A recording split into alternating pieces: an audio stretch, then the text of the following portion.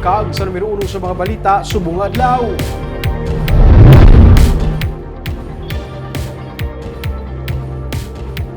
Nagdangat sa 7 milyones pesos ang balor sa halit sa Kalayo na nagtupok sa 18 tanan ka mga stalls sa barangay Kabakungan sa Banwa sa La Castellana. Ini ang video nga kuha ni Professor Alexander Magno Romero sa nagluntad nga sunog sang kahapon sa barangay Kabakungan sa La Castellana. Parayon sa gihapon ng investigasyon sa Bureau of Fire Protection kung ano ang ginhalinan sang Kalayo nga naglamon sa mga bloke sa merkado.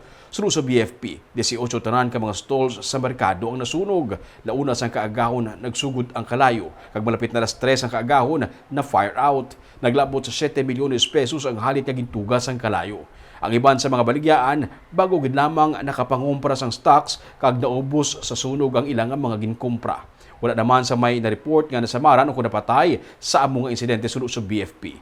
Ginsapol ang mga tag-iya sang bloke nga apektado sang sunog sa mga konsihal, DSWD, DRRMO, EEDO kag BFP kag silang pagabuligan man sang Banwa. Si Congressman Dino Yulo ang nagpalabot man sang iyang bulig sa mga nasunugan.